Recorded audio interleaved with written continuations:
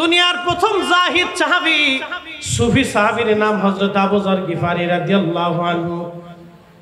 ওনার জীবনীর শেষ করে দিয়ে আমি আর অন্য আলোচনার দিকে চলে আসব। সুফি সাহাবী আবু যর গিফারি রাদিয়াল্লাহু আনহু তিনি একাকিত্ব চলে গেলেন, একেবারে মরুভূমির নির্জনে চলে গেলেন। মরুভূমির নির্জনে চলে গেলেন, নিভৃতে উনি চলে গেলেন, সাথে শুধু ওনার স্ত্রী সহধর্মিণী।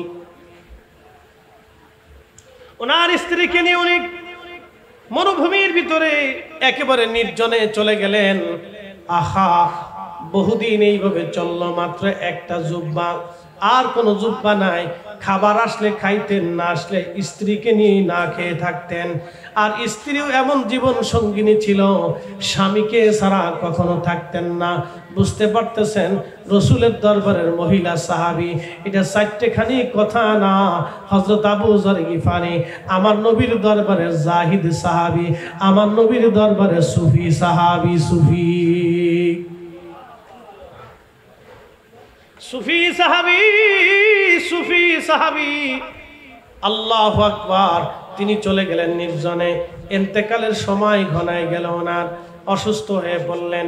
স্ত্রীর কোলের মধ্যে মাথা দিয়ে আছেন, বিবি কাঁদতেছিলেন। হযরত আবু যর গিফারি বললেন, বিবি রে, তুমি কেন কান্না করো? বলে, স্বামী রে, আপনার একটা জুব্বা ছাড়া আর কোনো কাপড় আপনার নাই, আর আমারও একটা কাপড় ছাড়া আর কোনো কাপড় আমারও নাই। বিবি ডাক দিয়ে বলতেছে, স্বামী আমার, আপনি রসুলের সাহাবী, এই অবস্থায় যদি আপনি মারা যান, আমি আপনাকে কোন কাপড় দিয়ে কাফন পরাবো?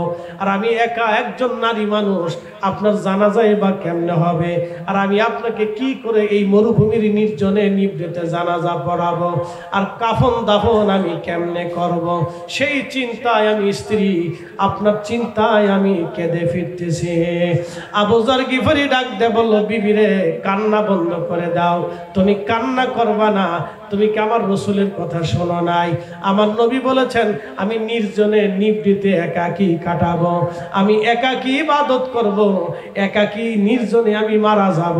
কিন্তু আমার জানাজাতে বহু মুসলমান জানাজায় শরীক হবে। একবার জোরে বলা যাবে কি, ইয়া রাসূলুল্লাহ?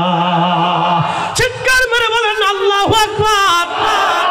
আমার রাসূলের ইলমে গায়ব, আমার নবীজির ইলম এত বিরাট ইলম, এত বিরাট ইলম, আবু যরের ভাগ্যে কি হবে আমার নবী বলে দিয়ে গেছে। কথা কর না কেন? আমরা তো ওনাদের দৃষ্টিতে বেদাতি, বিরাট বড় বেদাতি ওনাদের দৃষ্টিতে। আমরা খুব বেদাতের কাজ করি। আমরা তো ওনাদের দৃষ্টিতে বেদাতি, বিরাট বড় বেদাতি। অথচ রাসূল কারীমের সাহাবীর কত বড় ইয়াকিন, নবী যা বলেছে তাই হবে। আল্লাহু আকবার। হযরত আবু যর গিফারির কত বড় ইয়াকিন, বিবিরা চিন্তা করিও না, আমার রাসূল বলেছেন আমি একাকী থাকবো, নির্জনে থাকবো, নিভৃতে থাকবো, আর আমার নিভৃতি একাকী মৃত্যু হবে। কিন্তু আমার জানাজাতে বহু মুসলমান আসবে। বলে, স্বামী এটা কি করে সম্ভব? বলে, রসুল যা বলেছে তাই হবে, বিবিরে চিন্তা করিও না, আমার নবী যা বলছে তাই হবে। একজন সাহাবী নবীর প্রতি ঈমান কি ছিল, আমরা সুন্নিরা ওইভাবেই নবীর প্রতি ঈমান এনেছি। আল্লাহু ওয়া রাসূলুহু আলাম, আল্লাহ জানে, নবী জানে, আল্লাহ জানে, নবী জানে, আল্লাহ জানে, নবী জানে। কথা বলে ঠিক না বেঠে?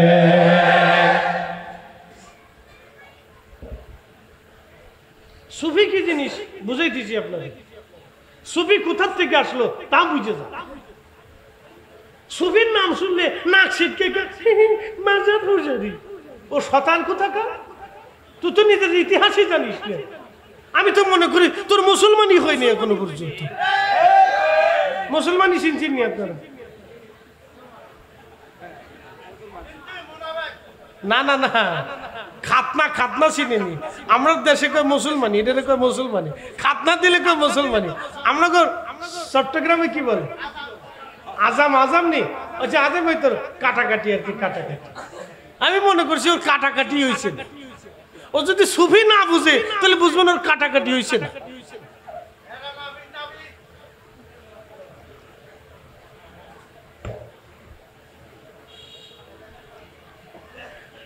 আহা, কথা ভালো করে বুঝে যাবে।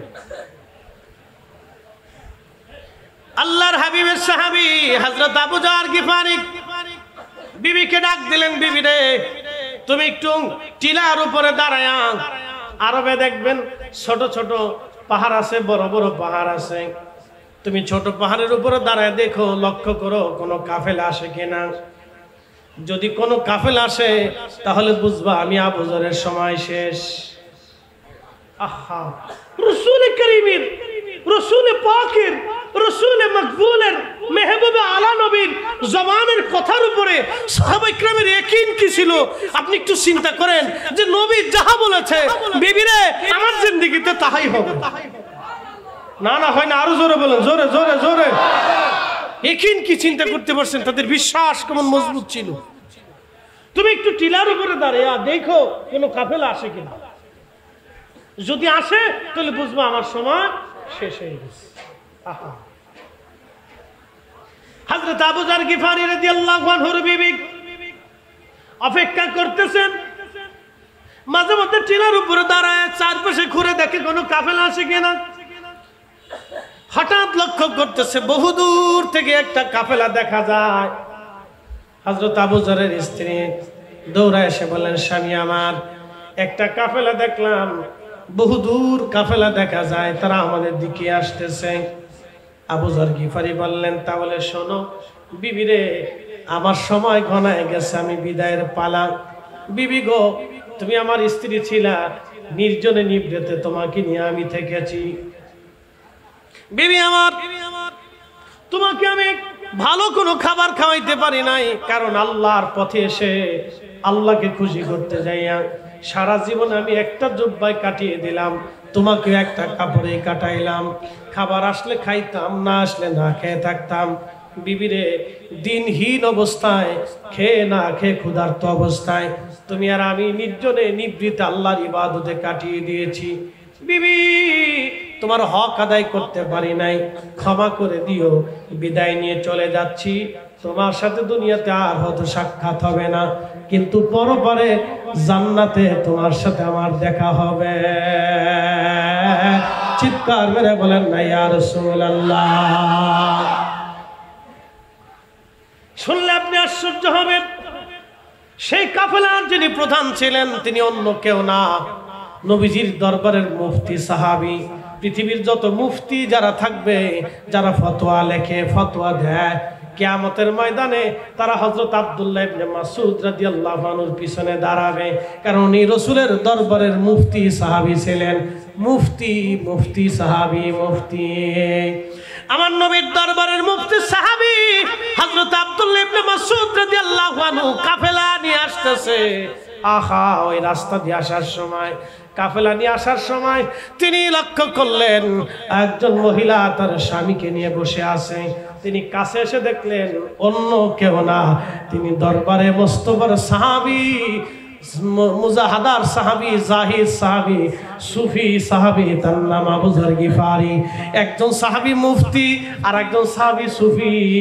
একবার জোরে কন্যা মারহাবা। তাহলে ইসলামে সব আছে না নাই?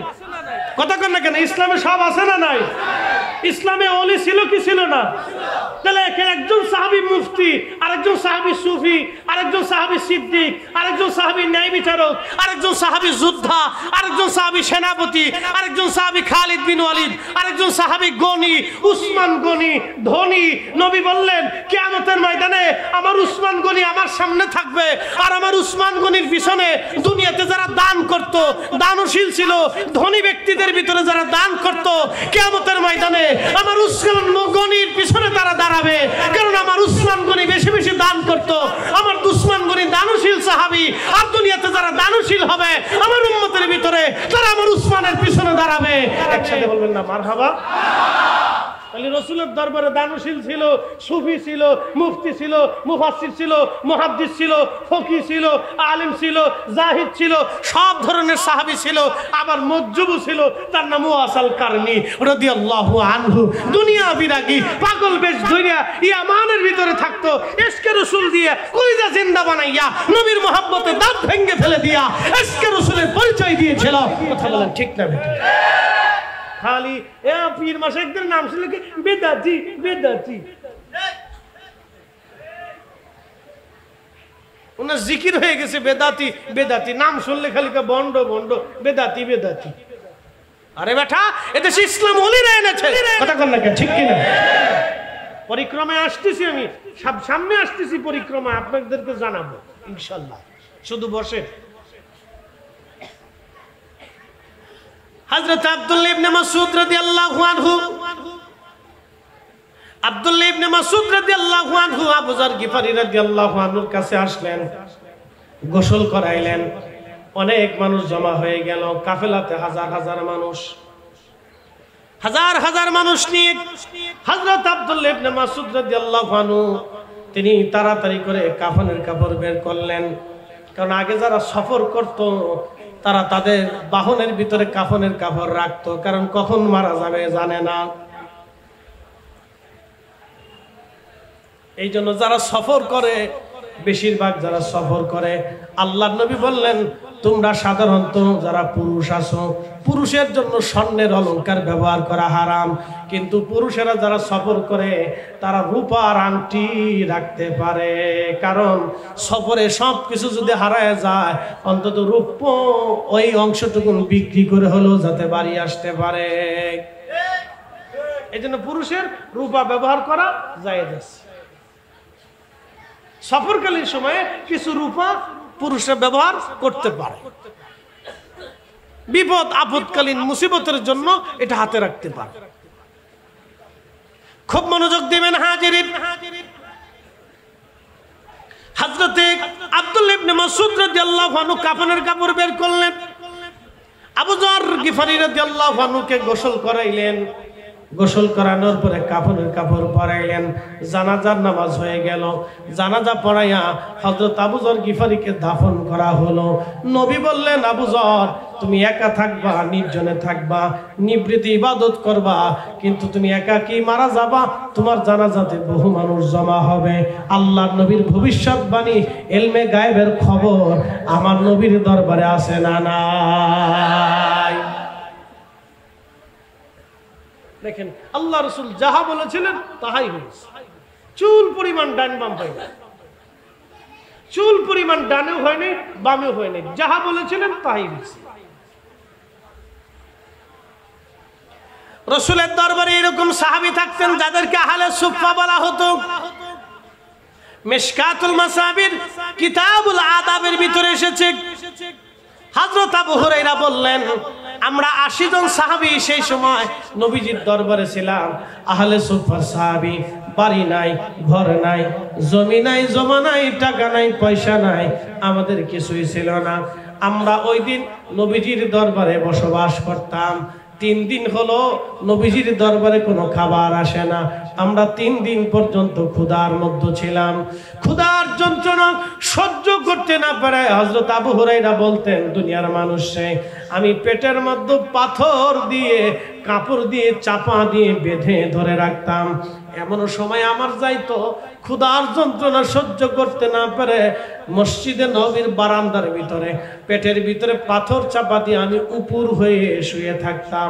মানুষ মনে করত আমি মৃগীর ব্যারাম হয়েছে, আমার কোনো রোগ হয়েছে। দুনিয়ার মানুষ, আমার রোগ হয়েছিল না, ক্ষুধার কারণে আমি পেটের মধ্যে পাথর চাপা দিয়া রাসূলের দরবারে পড়ে থাকতাম। এরা ছিল সুফি সাহাবী, আহলে সুফফার সাহাবী। জোরে কন্না মারহাবা।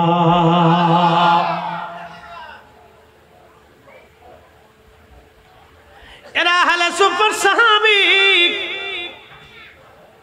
আবু হুরায়রা বললেন 3 দিন পর্যন্ত ক্ষুধার্ত, কোনো খাবার নাই, নবীর বাড়ি কোনো খাবার আসে নাই, কোনো সাহাবী খাবার নিয়ে আসে না। হঠাৎ করে একজন সাহাবী 1 পেয়ালা দুধ নিয়ে আসে নবীজির দরবারে। 1 পেয়ালা দুধ। কয় পেয়ালা? মনোযোগ দিন, 1 পেয়ালা দুধ আনছে একজন সাহাবী। 1 পেয়ালা দুধ এনে আল্লাহ রাসূলের দরবারে এনে বলেন, ইয়া রাসূলুল্লাহ, নবীজি আমার উটের দুগ্ধ হয়েছে সামান্য দুধ, নবী গো এই সামান্য দুগ্ধ আমি আপনার জন্য হাদিয়া এনেছি, কবুল করে নেন। আল্লাহর হাবিব মুস্কি হাসি দিয়ে দুধের পেয়ালা হাতে নিলেন। আবু হুরায়রা লাব্বাইক ইয়া রাসূলুল্লাহ। আবু হুরায়রা রে, আমরা এই মজলিসে আহলে সুফার সাহাবী আছে কয়জন? আহলে সুফার সাহাবী কয়জন? বলি ইয়া রাসূলুল্লাহ অনেক সাহাবী আমরা উপস্থিত আছি, প্রায় 80 জনের মতো। নবীজি বললেন, আবু হুরায়রা তুমি এই দুধ সবাইকে বন্টন করে দাও। আবু হুরায়রা মনে মনে চিন্তা করেন, আমি তো 3 দিন পর্যন্ত না খেয়ে আছি, 80 জন সাহাবীর সবাই তো 3 দিন পর্যন্ত ক্ষুধার্ত আছে, এই এক পেয়ালা দুধ আমারই তো পেট ভরবে না, আমি 80 জন সাহাবীর ভিতরে এক পেয়ালা দুধ কেমনে বন্টন করব? আল্লাহর নবী বলেন, আবু হুরায়রা বিসমিল্লাহ বলে শুরু করে দাও। আবু হুরায়রা বললেন, বিসমিল্লাহ বলে আমি দেওয়া শুরু করলাম। সব সাহাবীরা বিসমিল্লাহ বলে দুধের পেয়ালায় মুখ লাগায় খাইতে লাগলো। দুধ পান করতে করতে করতে করতে 80 জন সাহাবী পেট ভরে দুধ পান করার পরে নবীজির হাতে দিলাম। আল্লাহর নবী নিজেও দুধ পান করলেন। পান করার পরে বলেন, আবু হুরায়রা পেয়ালার মধ্যে দুধ যা আছে সব তোমার। আবু হুরায়রা বললেন, আমি বিসমিল্লাহ বলে দুধ পান শুরু করলাম, 80 জনরে খাওয়াইলাম। আমার নবী দিয়ে 81 জন, আমি দিয়ে 82 জন। 82 জনের মাথায় আনার পরে দুধের পেয়ালা মুখে দিয়া বিসমিল্লাহ বলে যখন খাওয়া শুরু করলাম, খাইতে খাইতে আমি আবু হুরায়রার 3 দিনের ক্ষুধার পেট ভরে গেল, কিন্তু দুধের পেয়ালায় দুধ কমলো না। চিৎকার করে বলেন আল্লাহু আকবার। আহলুস সুফা বাড়ি নাই, ঘর নাই, জমি নাই, জমা নাই, খাবার নাই, আগামী দিন কি আসবে জানে না। নবীজির বাড়ি খাবার আসলে খাইতেন, না আসলে না খেয়ে থাকতেন। তারা হলো সুফি।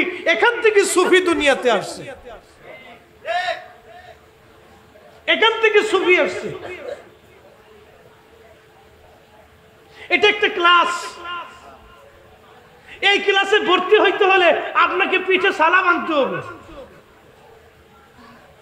বলে হুজুর এটা আবার কি? তাহলে দুনিয়ার মোবাইল, দুনিয়ার সবকিছু ছেড়ে দিয়ে আপনাকে শুধু আল্লাহর জন্য হইতে হবে। জমা জমি, দুনিয়াদারি, টাকা পয়সা, অর্থবিত্ত কিছুর দিকে আপনি তাকাইতে পারবেন না। দিনহীন হইয়া আল্লাহর ওলিদের সাথে আপনি সফর সঙ্গী হয়ে যাবেন। 360 আউলিয়া, 12 আউলিয়া, এমনি এমনি আউলিয়া হয় নাই। আউলিয়া গাছে ধরে না, আউলিয়া বাসায় পাওয়া যায় না, রাস্তায় খুঁজলে পাওয়া যায় না, সাগরে নগরে পাওয়া যায় না। আউলিয়া পাইতে হলে আউলিয়ার কাছে যেতে হয়। কথা কন না ঠিক করে? 360 জন আইছে, 12 জন আইছে, তাদের সাথে আরো আইছে, তারপরে আরো আইছে। সারা দুনিয়াতে ওলিরা ঘুরছে, এইভাবে ঘুরে নাই, দলে দলে ঘুরছে। তারা নিজেরা শিখছে, অনুসারীদেরকে শিখাইছে। তারা ছিল সুফি, আহলুস সুফা থেকে সুফি এসেছে। তারা দুনিয়ার চিন্তা করতো না, তারা আল্লাহর জন্য নিবেদিত হলো। হযরত বদর শাহ আউলিয়া পাথরের উপরে চড়ে তিনি চট্টগ্রামে এসেছিলেন। হযরত বদর শাহ আউলিয়া পাথরের উপরে চড়ে সওয়ার হয়ে চট্টগ্রামে এসেছিলেন। 1200 বছর আগে কালেমার দাওয়াত তিনারা দিয়েছে। কথা বলেন ঠিক না বেঠিক? আপনি বুঝতে পারতেছেন সেই দিনে কালেমার দাওয়াত দেওয়া কত কঠিন ছিল। সাহাবী সাদ বিন আবি ওয়াক্কাস রাদিয়াল্লাহু আনহু চট্টগ্রামে আসলেন। সাহাবী সাদ রাদিয়াল্লাহু আনহু চট্টগ্রামে আসলেন। চট্টগ্রামের ইসলাম আজকের ইসলাম না, চট্টগ্রামের ইসলাম 1450 বছর আগের ইসলাম। এই হাত উঁচু করে বলেন ঠিক না বেঠিক? চট্টগ্রাম ইসলাম কত বছর আগের ইসলাম? 1450 বছর আগের ইসলাম। সাদ বিন আবি ওয়াক্কাস রাদিয়াল্লাহু আনহু 4 জন সাহাবী নিয়ে তিনি এসেছিলেন এই জমিনে কালেমার দাওয়াত দিয়ে। এরপরে তিনি আবার সমুদ্র পথে চীনে চলে গেলেন। চীনের গুয়াংজুতে সাদ বিন আবি ওয়াক্কাস রাদিয়াল্লাহু আনহু কালেমার দাওয়াত দিয়ে চীন দেশে তিনি ঘুমিয়ে আছেন তিনার সাথীদেরকে নিয়ে। একসাথে বলবেন না মারহাবা? গুয়াংজুতে আছে, দোয়া করবেন কয়েকদিন পরে সফরে যাব জিয়ারতের উদ্দেশ্যে। সেপ্টেম্বরের লাস্টে মালদ্বীপে মাহফিল আছে, মালয়েশিয়াতে করে আসতেছি মালয়েশিয়াতে। শুনে যান পৃথিবীর যুগে যুগে দেশে দেশে ওলিরা কিভাবে ইসলাম প্রচার করেছে তার ইতিহাস আপনাদেরকে শোনাই দিয়ে যায়। হযরত বাইজিদ বুস্তামি রাহমাতুল্লাহ আলাইহি এদেশে এসেছিলেন, তার দরগাতে গতকাল মাহফিল করেছি। 1100-1300 বছর আগে হযরত বাইজিদ বুস্তামি রাহমাতুল্লাহ আলাইহি চট্টগ্রাম এসেছেন। 1200 বছর আগে হযরত বদর শাহ আউলিয়া রাহমাতুল্লাহ আলাইহি এসেছেন। 800 বছর আগে হযরত শাহজালাল ইয়ামানি মুজাররিদি 360 জন সিলেটের জমিন সহ দিন কায়েম করেছেন। তার 200 বছর আগে নেত্রকোনা হযরত আল্লামা কমরউদ্দিন রুমি রাহমাতুল্লাহ আলাইহি এসেছেন। সেই সময়ে হুজুর গাউসে পাকের আওলাদ তিনি এসেছিলেন, তিনার হুজুর গাউসে পাকের নাতি তিনি এসেছিলেন, তিনি সিরাজগঞ্জে। একসাথে বলবেন না মারহাবা।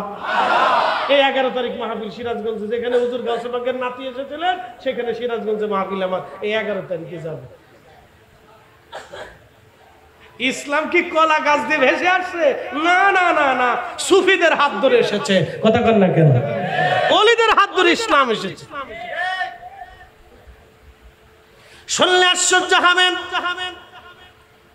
মালয়েশিয়ার কেপনে মাহফিল শেষ করার পরে গাউসিয়া কমিটির ভাইরা বললেন, ভাইজান চলেন আপনাকে নিয়ে যাব। আমি বললাম কোন জায়গা? বলে মালয়েশিয়ার মালাক্কার সাগরের দ্বীপের ভিতরে পোলাও বসারে একজন আল্লাহর ওলির মাজার আছে।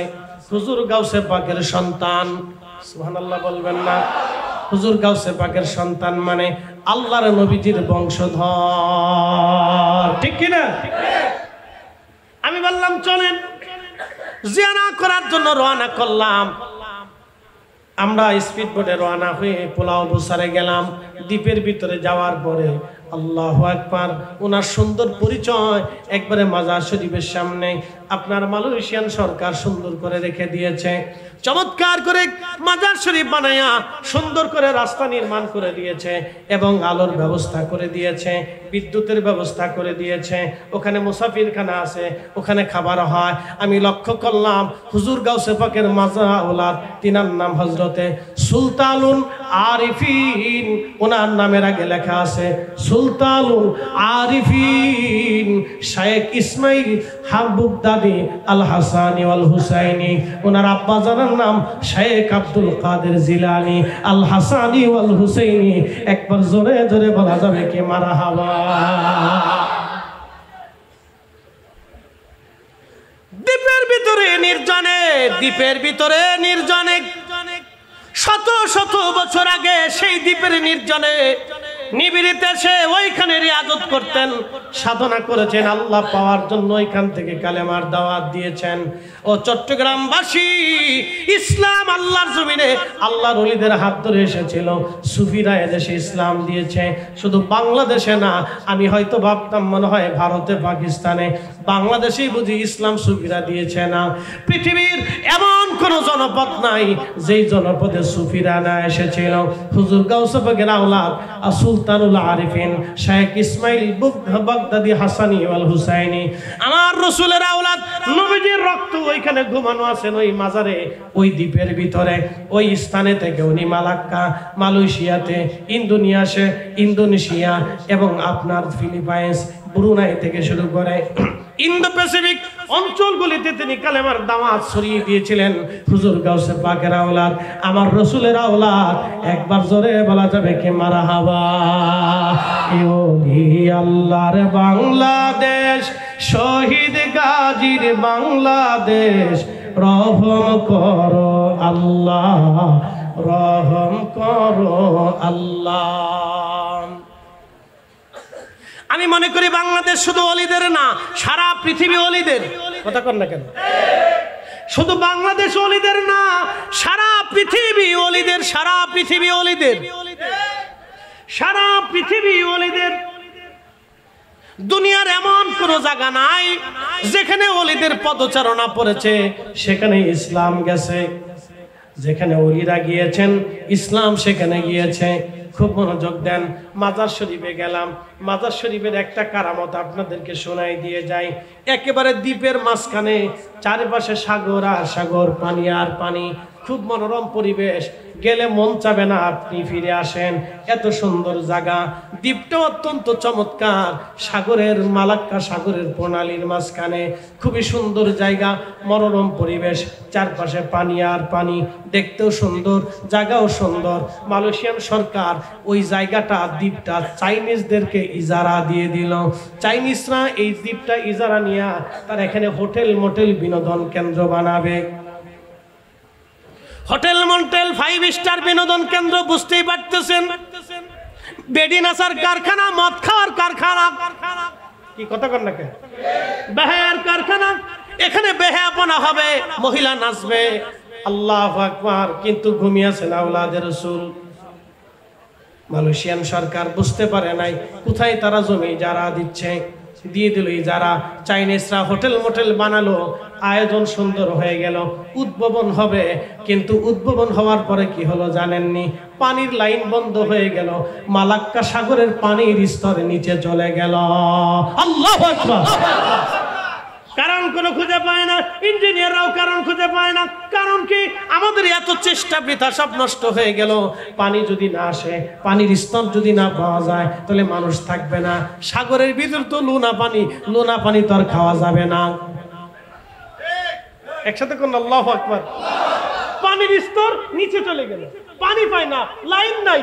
একসাথে বলবেন আল্লাহু আকবার। না না, যদি শয়তান না হন তাহলে আর আল্লাহু আকবার বলার দরকার নাই। যদি শয়তান হন, আর যদি শয়তান না হয়ে থাকেন তাহলে একসাথে বলেন আল্লাহু আকবার। না না, হাত উঁচু করে বলেন। ওলিদের পাওয়ার আসেনি, ওলিদের পাওয়ার আসেনি, ওলিরা ইসলাম দিছেনি। ওলিদের ইসলাম এদেশ, সারা পৃথিবীতে ওলির ইসলাম দিছে। পানির স্তর নিচে চলে গেল, সাগরের পানির স্তর, পানি নেই, পানি আসে না। মালয়েশিয়াতে আপনারা জানেন গণতান্ত্রিক দেশ, কিন্তু বাদশা আছে, সুলতান আছে। মালয়েশিয়াতে রাজা আছে, ব্রুনাইতে রাজা আছে, সুলতান আছে। মালয়েশিয়ার সুলতান, ওনাকে রাত্রিবেলা হুজুর গাউসে পাকের আওলাদ সুলতানুল আরিফিন শেখ ইসমাইল বগদাদি রহমাতুল্লাহ আলাইহি স্বপ্ন দেখাইলেন, ও মালয়েশিয়ার সুলতান, আমি আওলাদে রাসূল এইখানে ঘুমাই, তুমি এখান থেকে বেহায়াপনা সরাই নিয়ে যাও। আমি যেখানে ঘুমাবো সেখানে বেহায়াপনা আসতে পারে না। আল্লাহু আকবার। রাত্রিবেলা স্বপ্ন দেখানোর পরে মালয়েশিয়া সরকার চাইনিজদেরকে ইজারা দেওয়া বাদ দিয়ে দিল। এখন সেইগুলি পরিত্যক্ত আছে। আমি ঘুরে ঘুরে দেখে আসছি, লোকেরা বললো দেখেন পরিত্যক্ত হয়ে পড়ে আছে। সারা পৃথিবী ওলিরা, সারা পৃথিবীতে ওলিরা, সারা পৃথিবী ওলিরা, ওলিদের দেওয়া ইসলাম সারা দুনিয়াতে তারা ছড়িয়েছেন। আল্লাহু আকবার, কালেমার দাওয়াত দিয়েছেন। প্রিয় মুসলমান, এই সুফি আহলুস সুফা থেকে সুফি এসেছে। এরপরে ভাইজান খুব মনোযোগ দিবেন, তাবেঈ, তাবে তাবি, তাবি তাবে তাবিদের ভিতর সুফি আসছে। আপনাদেরকে বলে দিয়ে যাই, বেশি সুফি এসেছে রাসূলের আহলে বায়াতের মাধ্যম দিয়া দুনিয়াতে বেশি সুফিদের উৎপত্তি হয়েছে বাবা। বন্ধু আমার, ইমাম জাফর সাদিক থেকে বাইজিদ বুস্তামি, বাইজিদ বুস্তামি থেকে আবুল হাসান খেরকানি, আবুল হাসান খেরকানি থেকে আলিফ আহমদি তুসি, এইভাবে বহু ওলিরা দুনিয়াতে ঘন ঘন আসছেন। শুধু এইখানে না, সারা পৃথিবীর এমন কোনো জায়গা নাই। আজকে যদি আপনি আফগানিস্তানের দিকে তাকান, আফগানিস্তানে ইসলাম নিল কারা? আফগানিস্তানের ইসলাম নিয়েছে ওলিরা। উজবেকিস্তানের দিকে যদি তাকান, উজবেকিস্তানে ইসলাম নিল কারা? উজবেকিস্তানে ইসলাম নিয়ে নিল ওলিরা। উজবেকিস্তানের পরে কিরগিজস্তান, কাজাখস্তান, তুর্কমেনিস্তান, এরপরে যদি আপনি দেখেন আজারবাইজান, রাশিয়া, চেচনিয়া, বসনিয়া, এই দুর্ভেদ্য পাহাড়ি অঞ্চলগুলি, ককেশাস অঞ্চলগুলিকে, বলকান অঞ্চলগুলিকে দেখে বলক বলা হতো, বলক। এই বলক অঞ্চলগুলিতে ইসলাম নিল কারা? এই বলকান অঞ্চলগুলিতে ইসলাম নিয়ে নিল আল্লাহর ওলিরা। আপনি ইউরোপের দিকে যদি চলে যান, স্পেনের দিকে যদি চলে যান, মরক্কোর দিকে যদি চলে যান, আফ্রিকার দিকে যদি চলে যান, সুদানের দিকে চলে যান, সেনেগালের দিকে চলে যান, উত্তর আফ্রিকা, দক্ষিণ আফ্রিকার দিকে যদি চলে যান, ইসলাম নিল কারা? ইসলাম নিল আল্লাহর ওলিরা। আপনি যদি এশিয়া মাইনরের দিকে চলে আসেন, এশিয়ার মাইনরের ভিতরে, এই সারা এশিয়ার ভিতরে এত দেশ, ইসলাম আল্লাহ কারা? ইসলাম আল্লাহ আল্লাহর ওলিরা। যদিও আরব ভূখণ্ডে সাহাবায়ে কেরাম ইসলাম প্রচার করেছিলেন, জিহাদ যুদ্ধ করেছিলেন, সাহাবায়ে কেরামের পরে ইসলাম কারা আনলো? ইসলামের বিরাট খেদমত কারা করলো? ইসলামের বিরাট এই খেদমতের পিছনে অবদান ছিল আল্লাহর ওলিদের। আল্লাহর ওলিরা, সুফিরা যদি ইসলাম নিয়ে না আসতো, তাহলে আজকে আমরা ইসলামের মাহাত্ম্য খুঁজে পাইতাম না। কথা বলেন ঠিক কিনা?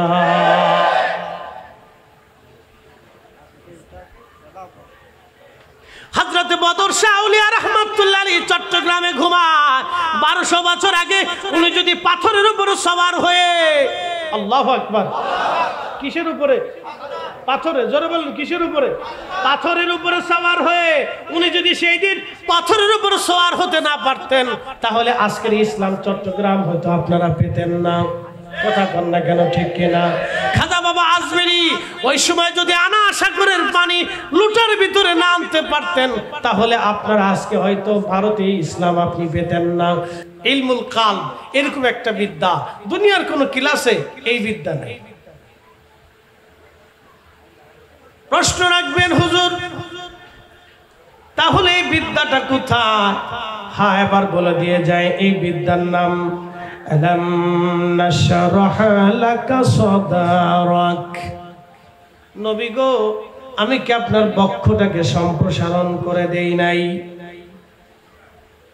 ওগো নবীজি, আমি কি আপনার সদর আপনার কালবটাকে কি আমি সম্প্রসারণ করে দেই নাই? এই বিদ্যা কোথা থেকে আসে? নবীজি বলেন আমার উম্মতেরা, মেরাজের রাত্রিবেলা রওনা করলাম আমি। মেরাজের রাত্রিবেলা যখন রওনা করব এমন সময় জিবরাইল আসলো, আমাকে ঘুম থেকে উঠাইলো। ঘুম থেকে উঠাইয়া আমাকে বাহিরে নিয়ে যাওয়া হলো। আমার সিনা সাক করা হলো। সিনা সাক হলো গলারে এখানে একটা নরম অংশ দেখবেন, নরম অংশ থেকে ফাড়া হলো একেবারে নাভি মুবারক পর্যন্ত ফেলে দেওয়া হলো। আল্লাহর নবী বলতেছেন বক্ষ মুবারকের ভিতর থেকে কালব মুবারক বের করা হলো আমার। জিবরাইল আলাইহিস সালাম জমজমের পানি দিয়ে সেটা ধৌত করলেন। এখানেই শেষ হলো না, আল্লাহর বেহেশত থেকে খাজিনা ভরে এলেম এবং হিকমত আমার জন্য নিয়ে আসা হলো। এই এলেম এবং হিকমত আমার জিবরাইল আমার কালবের মধ্যে ভরে দিয়ে আমার বক্ষ মোবারক সেলাই করে দিল। একবার জোরে বলা যাবে কি মারহাবা? খুব মনোযোগ দিবে।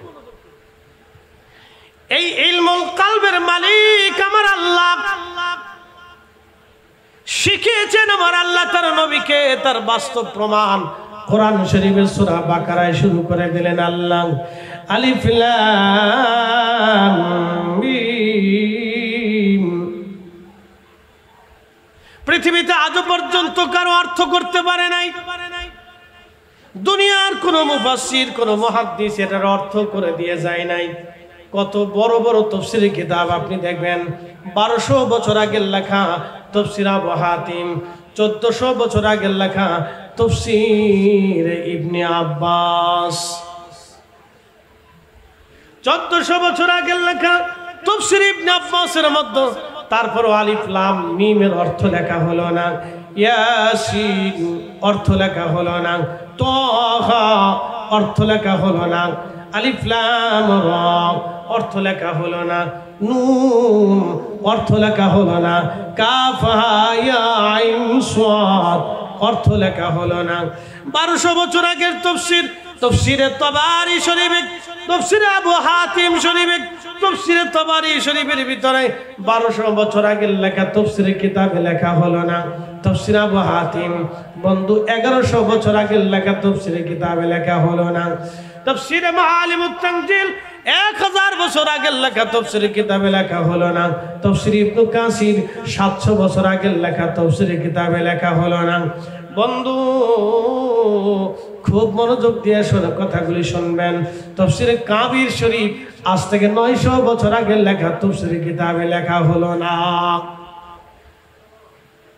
কথা কি আপনারা বুঝেননি? আমার বিষয়টা কিন্তু খুব মারাত্মক।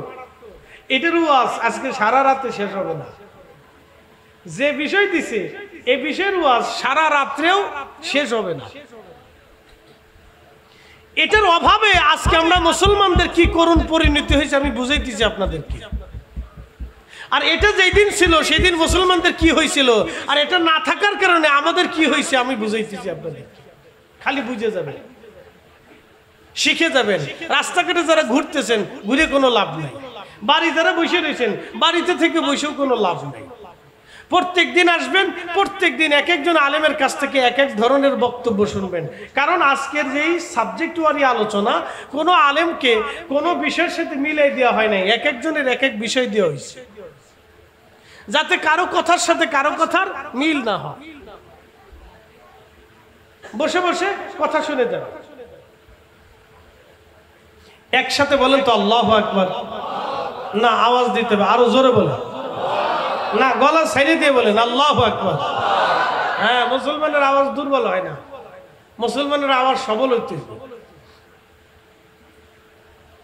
কারণ আমার আল্লাহ দুর্বল না, আমার আল্লাহ সবল। খুব মনোযোগ দিবেন। আলিফ লাম মিম, আলিফ লাম রা, ইয়াসিন, তাহা। পৃথিবীর কোন তাফসীরের কিতাবের ভিতরে যার অর্থ আজ পর্যন্ত লেখা নাই। এখন অর্থ হলো যালিকাল কিতাবু লা রাইবা ফীহি হুদাল লিল মুত্তাকিন। অর্থ লেখা হলো আলহামদুলিল্লাহি রাব্বিল আলামিন। অর্থ লেখা হলো, তাফসীর করা হলো। কোরআন শরীফের 114টি সূরার মধ্যে যত আয়াত আছে অর্থ করা হলো, কিন্তু হরফে মুকাত্তা মুতাশাবিহাতের অর্থ করা হলো না। কারণ কি মুকাত্তা হরফগুলি অর্থ করা হলো না? কারণ কি এটা এমন একটা পাসওয়ার্ড, এটা আল্লাহ জানে, নবী জানে, আল্লাহ জানে, নবী জানে। মাঝখানে আল্লাহ নবী যারে না জানাইছে কেউ জানবে না, যারে জানাইছে শুধু সে জানবে। একবার জোরে বলা যাবে কি মারহাবা। এই বিদ্যা তাফসীর দিয়ে আসে না, এই বিদ্যা কাল দিয়ে আসে। শুনে যান, আলিফ লাম মিম, আলিফ লাম রা, ইয়াসিন, তাহা, নুন, কাফ, ইয়া আইন, সাদ। দুনিয়ার কোন তাফসীরের কিতাবে, দুনিয়ার কোন হাদিসের কিতাবে তাফসীরের এত ইমাম চলে গেল, 4 মাযহাবের ইমাম চলে গেল, 4 তরিকার ইমাম চলে গেল, 4 মাযহাবের ইমাম চলে গেল, বড় বড় আলেম উলামা চলে গেল। ইমাম আবু হানিফা রাহমাতুল্লাহ আলাইহি চলে গেল, ওনার উস্তাদ ইমাম ইব্রাহিম নখী চলে গেল, ওনার উস্তাদ আব্দুল্লাহ ইবনে মাসউদ চলে গেল, ওনার উস্তাদ রাহমাতুল লিল আলামিন, তিনার উস্তাদ রব্বুল আলামিন। আল্লাহর ছাত্র আমার নবী, আমার নবীর ছাত্র আব্দুল্লাহ ইবনে মাসউদ, আব্দুল্লাহ ইবনে মাসউদের ছাত্র ইব্রাহিম নখী, ইব্রাহিম নখী রাহিমাহুল্লাহ ছাত্র ইমামুল আজম আবু হানিফা রাহমাতুল্লাহ আলাইহি, আমাদের মাযহাবের ইমামের ছাত্র হযরত আব্দুল্লাহ ইবনে মুবারক রাহমাতুল্লাহ আলাইহি। একবার জোরে জোরে বলা যাবে কি মারহাবা। এত বড় বড় ইমাম, মুহাদ্দিস, মুফাসসিররা চলে গেল, কেউ আলিফ লাম মিমের অর্থ করে দিয়ে যায় নাই। কারণ এটা দুনিয়ার কোনো বিদ্যাপীঠে পড়ানো হবে না, এটা কালবে কালবে কালবে কালবে আসবে। এটার অর্থ দুনিয়ার কোনো প্রতিষ্ঠানে পড়ানো হবে না, দুনিয়ার কোনো তাফসীরের কিতাবে পড়ানো হবে না। এর অর্থগুলি কালবে কালবে কালবে কালবে কালবে কালবে আসবে। একসাথে ধরে বলা যাবে আল্লাহু আকবার। এর অর্থ কেমনে আসবে? কালবে। একসাথে বলেন কেমনে? না না, জোরে বলেন কেমনে? দুনিয়ার কোন বিদ্যাপীঠের অর্থ আসবে না। দুনিয়ার কোন বিদ্যাপীঠে এর অর্থ আসবে না, এই অর্থ কালবে কালবে আসবে। দুনিয়ার কোন বিদ্যাপীঠের অর্থ আসবে না, এটা কালবে কালবে আসবে। এটার নাম ইলমুল কাল। এটার নাম ইলমুল কাল। ইলমুল কাল শিখার জন্য নবীজির দরবারে সাহাবী ছিলেন হযরত আবু হুরায়রা। খুব মনোযোগ দেন। হযরত আবু হুরায়রা রাদিয়াল্লাহু আনহু, বুখারী শরীফের কিতাবুল ইলমের মধ্যে হযরত আবু হুরায়রা বললেন, ও দুনিয়ার মুসলমানেরা, আমি আবু হুরায়রা আমার নবীজির কাছ থেকে 2 ধরনের ইলম শিখেছি। এক ধরনের ইলম আমি তোমাদের মাঝে প্রকাশ করি, আর আরেক ধরনের ইলম যদি আমি প্রকাশ করতাম তোমরা আমার গলা কেটে ফেলতাম। এটার নাম ইলমুল কাল। ইলমুল কাল এটা কোনো প্রতিষ্ঠানের পৃষ্ঠাতে হবে না, এটা কালবে কালবে আসবে। আর এটা সুফিদের মাধ্যমে, আল্লাহর ওলিদের মাধ্যমে ধরা দামে এসেছে।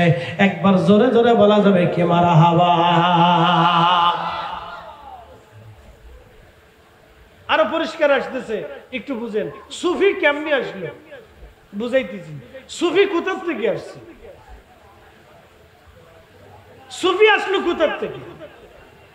সুফিদের যিনি সাইয়্যিদ, সুফিদের যিনি শিরতাজ, সুফিদের যিনি ইমাম, সুফিদের সর্বকালের যিনি সর্বশ্রেষ্ঠ ইমাম, তিনি রাহমাতুল্লিল, একসাথে বলেন রাহমাতুল্লিল, রাহমাতুল্লিল, যিনি সমস্ত নবীদেরও ইমাম, সমস্ত নবীরা সুফিদের ইমাম, আর সমস্ত নবীদের ইমাম আমাদের নবী। তার মানে সুফিদের ইমামেরও ইমাম আমাদের নবী। কথা কোন ঠিক কিনা? বুঝাইতেছি সুফি কিভাবে আসলো। প্রথম বিষয় হলো সুফি তত্ত্বের পরিচয়, এটা বুঝাইতেছি। আল্লাহর নবীর দরবারে যদি কোনোদিন মসজিদে নববীতে আপনি যান, যদি কোনোদিন হজে উমরায় যান, মসজিদে নববীতে যদি যান, মসজিদে নববীতে গেলে আপনি একটা জায়গা দেখবেন, এই জায়গার নাম হচ্ছে রিয়াজুল জান্নাহ। রিয়াজুল জান্নাহর বাম পাশে আপনি দেখবেন রওজা শরীফ। রওজা শরীফটা রওজা শরীফ ছিল না, এই রওজা শরীফটা এক সময় আল্লাহর নবীজির হুজরা মোবারক ছিল। এই হুজরা মোবারকের বাম পাশে একটা দরওয়াজা, এই দরজার নাম বাবে জিব্রাইল। জিব্রাইল আলাইহিস সালাম এই দরজা দিয়ে আসতেন। তার পিছনে আরেকটা দরজা বাবুন নেসা, এই দরজা দিয়ে মহিলা সাহাবীরা আসতেন, আম্মা জানের কাছে এসে নালিশ দিতেন, ওগো আম্মা জান এই মাসালা কি হবে। আম্মা জানরা নবীজির কাছ থেকে জেনে তখন তারা মহিলাদেরকে সমাধান বাতলাই দিতেন, মহিলাদেরকে দ্বীন শিক্ষা দিতেন। আম্মা জানরা নবীজির কাছ থেকে জেনে মহিলা সাহাবীদেরকে আম্মা জানরা দ্বীন শিখাইতেন। এই বাবু সালাম বাবুন নেসা দরজা দিয়ে আপনি যদি ঢুকেন তো ঠিক ডান পাশে একটা ছোট্ট ডিবি পাবেন, এই স্টেজের মতো এত বড় একটা সমান হবে। এইখানে একটা গাছ ছিল, যদিও বর্তমান সিচুয়েশনে সেই গাছটা নাই, কিন্তু আল্লাহ রসুলের জমানাতে এই সময় একটা গাছ ছিল। এই গাছের নিচে 70 জন, 80 জন, 100 জন, 150 জন, বেশিও হতো কম হতো, এমন কিছু সাহাবী এইখানে থাকতেন যাদের বাড়ি ছিল না, ঘর ছিল না, জমি ছিল না, স্ত্রী ছিল না, সন্তান ছিল না, জায়গা জমি ছিল না, দেশ ছিল না, কিছুই ছিল না, নবীজির বাড়ি থাকতেন। তাদেরকে বলা হতো আহলুস সুফা। আহলুস সুফা, আহলুস সুফার সাহাবী। এই আহলুস সুফা থেকে সুফি এসেছে। কে আসতে হয়ে গেল না? জোরে বলেন। আহলুস সুফা থেকে কি আসছে? সুফি। জোরে বলেন কি আসছে? না না, আহলুস সুফা থেকে কি আসছে? সুফি। সুফি। আহলুস সুফার পরিচয় কি বুঝাই দেই। বাড়ি নাই, ঘর নাই, স্ত্রী নাই, পুত্র নাই, জমি নাই, জমা নাই, টাকা নাই, খাবার নাই, দাবার নাই, আগামী দিনে কি খাবে তাও নাই। রসুলের বাড়িতে থাকতেন, খাবার আসলে খাইতেন, না আসলে না খেয়ে থাকতেন। তারা ছিল আহলুস সুফার সাহাবী, তারা ছিল সুফি। ওইখান থেকে আহলুস সুফা থেকে সুফি এসেছে। সুফিদের বাড়ি থাকবে না, ঘর থাকবে না, জমি থাকবে না, জমা থাকবে না, টাকা থাকবে না, কিচ্ছু থাকবে না, তারা আল্লাহর জন্য নিবেদিত থাকবে। কথা বলেন ঠিক না বেঠিক? তারা হলো সুফি। তারা কি না? জোরে বলেন তারা কি? এই সুফি। সুফির পরিচয় দিয়ে দিলাম। সুফি কারা? সুফি কারা একটু পরিচয় দিলাম। ফয়সাল ভাই স্টেজে সালাতুন ইয়া রাসূলুল্লাহ আলাইকুম সালাম ইয়া। হয় না জোরে বলেন সালাতুন ইয়া রাসূলুল্লাহ আলাইকুম সালাম। মনোযোগ দেন। সাহাবীদের মধ্যে যিনি সুফিদের লিডার ছিলেন তার নাম হযরত আবু যর গিফারি। মারহাবা কর। আবু যর, জোরে বলেন আবু যর। পরিচয় দিয়ে দেই, এগুলি না জানলে আপনি তো বুঝবেন না। ওরা বলবে ওই যে মাজারের পাশে ঘুমাই থাকে, আরে তো ভণ্ড। আরে বেটা, মাজারের পাশে যে পাগল মজ্জুব ঘুমাই রইছে তুমি তার ভণ্ড কইও না। এই মজ্জুব আল্লাহর ইবাদত করে। কিছু পাগল আছে যারা দুনিয়ার পাগল, এটা আরেক পাগল। ব্রেনের সমস্যার এক পাগল থাকে, সেটা ভিন্ন পাগল। আবার কিছু মজ্জুব থাকে যারা সারা দিন রাত ভর আল্লাহর ইবাদতে দিনপাত করে, যারা দুনিয়া চিনে না, সন্তান চিনে না, বাড়িঘর চিনে না, রাষ্ট্র চিনে না, আগামীকাল কি খাবে তাদের চিন্তা থাকে না। তারা অলিদের সাথে থাকতো, অলিদের সোহবতে থাকতো। গতকালকে চট্টগ্রামে হযরত বদর শাহ আউলিয়া রহমাতুল্লাহর মাজার জিয়ারত করলাম। কত বছর আগে আসছে জানেন? 1200 বছর আগে। কে আসতে হয়ে গেল না? জোরে বলেন, জোরে জোরে জোরে। কত বছর আগে? কত বছর আগে? হুজুর হযরত সুলতানুল আরিফিন বাইজিদ বুস্তামি রাহমাতুল্লাহর দরগায় কালকে মাহফিল করলাম। কত বছর আগে আসছে জানেন? তিনি আসছেন 1300 বছর আগে। কে আসতে হয়ে গেল না? সুবহানাল্লাহ, জোরে বলেন। কত বছর আগে আসছে উনি? 1300 বছর আগে চট্টগ্রামে আসছে। তাহলে চট্টগ্রামের ইসলাম 1 আর 2 100 বছরের ইসলাম না, এটা 1300 বছর আগের ইসলাম। কে আসতে কোন কেন? জোরে বলেন। হযরত বাইজিদ বুস্তামি রাহমাতুল্লাহর পীরের নাম হযরত ইমাম জাফর সাদেক রাদিয়াল্লাহু আনহু। ইমাম জাফর সাদেক রাদিয়াল্লাহু আনহুর বাবার নাম ইমাম মুহাম্মদ বাকির রাদিয়াল্লাহু আনহু। ইমাম মুহাম্মদ বাকির রাদিয়াল্লাহু আনহুর বাবার নাম হযরত ইমাম জয়নুল আবিদিন রাদিয়াল্লাহু আনহু। ইমাম জয়নুল আবিদিন রাদিয়াল্লাহু আনহুর বাবার নাম সুলতানে কারবালা ইমাম হোসেন রাদিয়াল্লাহু আনহু। ইমাম হোসেন রাদিয়াল্লাহু আনহুর মায়ের নাম সাইয়্যিদাতুন নিসা আহলিল জান্নাহ ফাতিমাতুজ জাহরা রাদিয়াল্লাহু আনহা। তিনার বাবার নাম রাহমাতুল লিল আলামিন। একবার জোরে বলা যাবে কি ইয়া রাসূলুল্লাহ? তাহলে বাইজিদ বুস্তামি রাহমাতুল্লাহ আলাইহি কোন জমানার ওলি ছিলেন বুঝাইতে পারছি আপনাদেরকে। উনি কোন জমানার? উনি রাসূলের আওলাদের কাছে সরাসরি আহলে বাইতে রাসূলের হাতে বায়াত ছিলেন। একসাথে বলবেন আল্লাহু আকবার। সুলতানুল আরিফিন মানে কিন্তু ইতিহাস জানে না, এগুলি শিখার দরকার, বুঝার দরকার। এখন আমাদের দেশে যে কি পড়াশোনা হয় আমি জানি না, বুঝি না। প্রিয় উপস্থিতি হাজিরিন, আশিয়ার মুসলমান, পটিয়ার মুসলমান মনোযোগ দিবেন। আহলুস সুফফার যিনি প্রধান সাহাবী ছিলেন, যিনি সাইয়্যিদ ছিলেন, তার নাম আবু যর গিফারি। এখন হযরত আবু যর গিফারির পরিচয় না দিলে আপনি বুঝবেন না তিনি কেন সুফিদের, ওই জমানার সুফিদের লিডার ছিলেন, আহলুস সুফফার সাহাবীদের লিডার ছিলেন। আহলুস সুফফা কারা আবার বলে দিয়ে যায়। বাড়ি নাই, ঘর নাই, জমি নাই, জমা নাই, টাকা নাই, পয়সা নাই, খাবার নাই, স্ত্রী নাই, সন্তান নাই, সব থেকে তারা জুদা হইয়া শুধুমাত্র আল্লাহ তার নবীকে খুশি করার জন্য দরবারে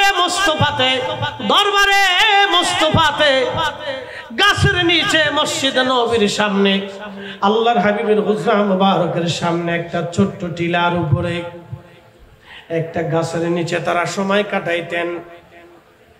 রাসূলের দরজা থেকে ইলম শিখতেন, আমল করতেন, আল্লাহর ইবাদতে কাটাইতেন। তারা আহলুস সুফফার সাহাবী। আহলুস সুফফার সাহাবীদের মধ্যে হযরত আবু হুরায়রা একজন সাহাবী ছিলেন, আহলুস সুফফার সাহাবী।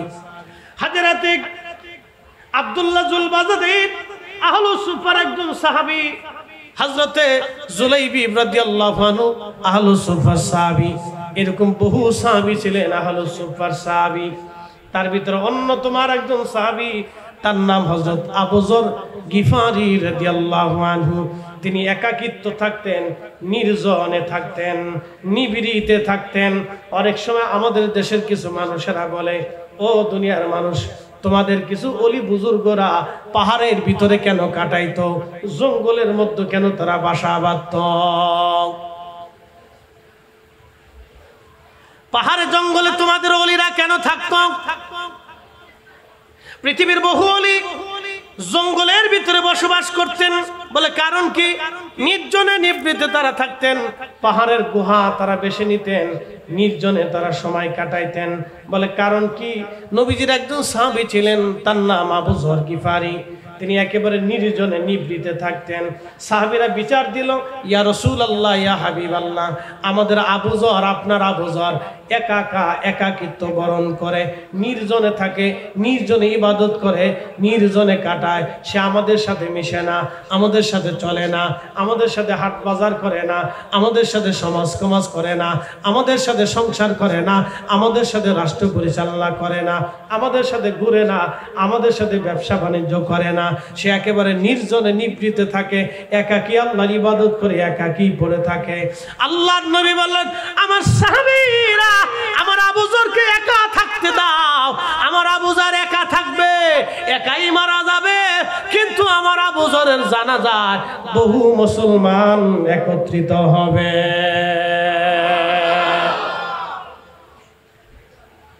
কথা বুঝাইতে পারছি? পৃথিবীতে যত, শুনে যান, পৃথিবীতে যত জাহিদ, এই যে সুফি, সুফিদের আরেকটা পরিচয় আছে, তাদের নাম হচ্ছে জাহিদ। জাহিদ কারা? যারা মুজাহাদা করে। তরিকতের 3টে সবক আছে, মুরাকাবা, মুশাহাদা, মুজাহাদা। মুরাকাবা, মুশাহাদা, মুজাহাদা। মুজাহাদা কি? মুজাহাদা হলো দুনিয়ার সম্পদ থেকে জুদা হইয়া, দুনিয়া থেকে জুদা হইয়া শুধু আল্লাহর জন্য নিজেকে ব্যস্ত করে দেওয়া, দুনিয়ার থেকে জুদা হইয়া নিজেকে শুধু আল্লাহর জন্য নিবেদিত করে দেওয়া, এটাকে বলা হয় মুজাহাদা। এই মুজাহাদা যে করে তাকে বলা হয় জাহিদ। হযরত আবু যর গিফারি ছিলেন জাহিদ তবকার সাহাবী। একসাথে বলবেন না মারহাবা? তিনি সাহাবীদের মধ্যে জাহিদ ছিলেন, সুফি ছিলেন। একসাথে জোরে বলেন আল্লাহু আকবার। তিনি কি ছিলেন? সুফি ছিলেন। একসাথে বলেন কি ছিলেন? সুফি। জাহিদ সাহাবী, সুফি সাহাবী ছিলেন। সুফি সাহাবী আগামী ওয়াক্তের জন্য উনি কোনো খাবার জমা রাখতেন না। আগামী সময়ের জন্য কি খাবেন ওনার ছিল না। ওনার সারা জীবনে একটা জুব্বাই ছিল, দ্বিতীয় কোনো জুব্বা ওনার ছিল না। সারা জীবনে একটা জুব্বা। আমরা যারা বক্তা আছি, আমার জুব্বার কোনো শেষ নাই, পাগড়িরও কোনো শেষ নাই, কাপড়েরও শেষ নাই। আমরা যারা সাধারণ আলেম ওলামা আছি, আমাদের কাপড়ের শেষ নাই, কাপড় চোপড়ের শেষ নাই, বাড়িঘরের শেষ নাই, টাকা পয়সার শেষ নাই। ব্যাংক আছে, ব্যালেন্স আছে, বাচ্চা কাচ্চা আছে, সন্তান আছে, জমি জমা আছে। আমরা আগামী দিনের 6 মাসের খাবার জমা করি। আর জাহিদ যারা, মুজাহাদা যারা করেন, সুফি যারা, তারা আগামী এক ওয়াক্তের খাবার সামনে জমা করতেন না। তারা আল্লাহর জাহে দান করে দিতেন। তারা না খেয়ে থাকতেন, খাবার আসলে খাইতেন, না আসলে না খেয়ে থাকতেন। তাদেরকে বলা হয় জাহিদ। এই জাহিদদের মধ্যে অন্যতম জাহিদ তিনি আবু যর গিফারি।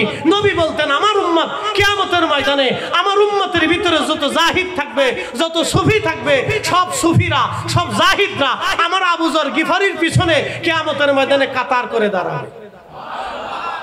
হয় না? হয় না? আরো জোরে বলে, জোরে জোরে জোরে না, আরো জোরে জোরে জোরে। আবু বকর রাদিয়াল্লাহু আনহুর পিছনে নাম কি? সিদ্দিক। একসাথে বলেন, নাম কি? জোরে বলেন। না না, আরো জোরে বুঝাইতেছি। কিয়ামতের ময়দানে আবু বকর সিদ্দিক রাদিয়াল্লাহু আনহু দাঁড়াবে। আল্লাহর নবী বলেন, উম্মতরা তোমরা শুনে রাখো, আমার আবু বকরের পিছনে যত পৃথিবীতে আমার উম্মতের ভিতরে সিদ্দিক থাকবে। সিদ্দিক মানে যারা সত্য কথা বলে, সত্যবাদিতা, ন্যায়বদিতা, ন্যায়ের উপরে থাকে, সত্যের উপরে থাকে, সত্য কথা বলে, হক কথা বলে, সত্য বলবে, মিথ্যা বলবে না। এই সত্যবাদীরা আমার আবু বকরের পিছনে কিয়ামতের ময়দানে দাঁড়ায় যাবে।